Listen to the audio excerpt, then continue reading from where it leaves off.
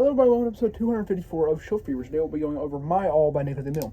So this song lyrically was more of, I guess, one of his more lovey romantic songs as compared to one that is, I guess, a little bit more chaotic and like hectic in the sound and lyrics.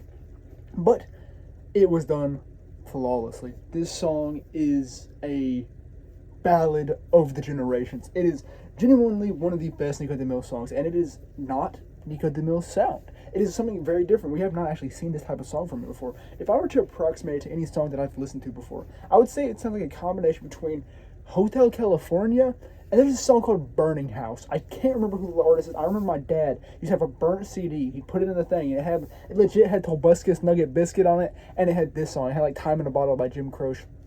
And also Lava You, which was a small, like, short animation that played, I think, before Inside Out in theaters when it first, like, premiered. But yeah, so on this, it was a song called Burning House, I think it was what it called. And the lyrics went, I had a dream about a burning house.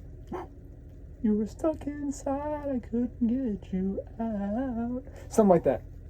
But yeah, so that was a very poor rendition, however, that is kind of what it sounded like, and that's honestly what this song kind of reminded me of. And it was just kind of, also of similar lyrical contents as to that song. Because the song is discussed kind of just wanting the, I mean, not necessarily wanting the other person, however, just wanting to feel the other person, desire for a presence of the other person, and just not being satisfied with the memory to fulfill what has become a massive gap within their life, in his life, because he, as the lyric states, he's unwilling to kind of continue on. He's not satisfied to continue on with just the memory of their song. I guess the ballad of their story. However, like, this song, like I said, is nothing too absurdly complex in terms of lyrical content. However, the way it's portrayed and delivered is phenomenal. It has a very, like, slow, if I was almost to describe it as, I guess, Latin sound to it. It has kind of like I said, kind of like Hotel California, but it's not as upbeat as Hotel California. And it doesn't really tell as much of a story as Hotel California. However, it's got that nice kind of slow tone to it. However, at certain points it does pick up. And when the beat does drop, or not necessarily the beat drop, but like when the tone does pick up, it is very enjoyable. It is a very tasteful change there. And I do really like how Niko's vocals fit this type of song. Like, I would not be disappointed if we got an album that sounded completely like this, because it was a very good song. And I believe this type of song is a very good vehicle for storytelling. Like I said, especially with like Hotel California, for instance. Like, Hotel California is one of the best songs, like, storytelling wise, because it's so ambiguous in its meaning. I mean, not necessarily one of the best storytelling wise, but it's one of the most renowned storytelling wise.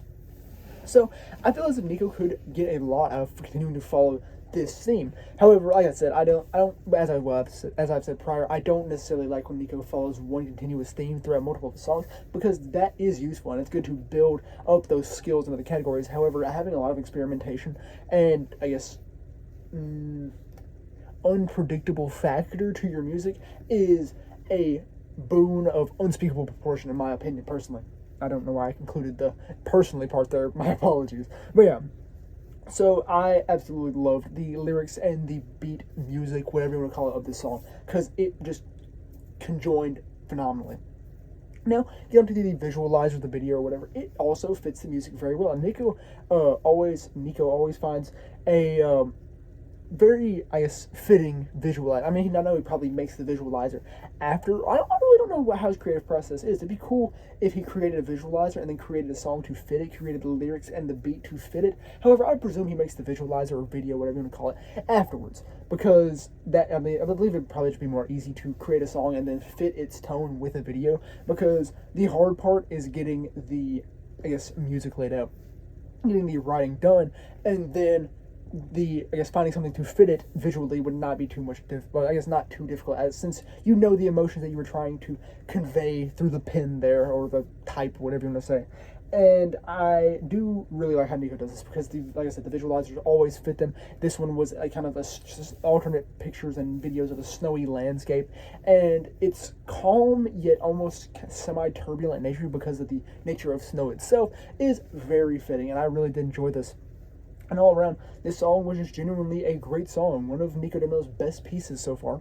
And I know I say that almost every song, however, it is truly one of Niko's best pieces. He continually creates masterpiece after masterpiece, and I am most certainly absurdly satisfied and happy that Niko is able to produce on such a high level continuously. It shows a true dedication and a true love for his craft.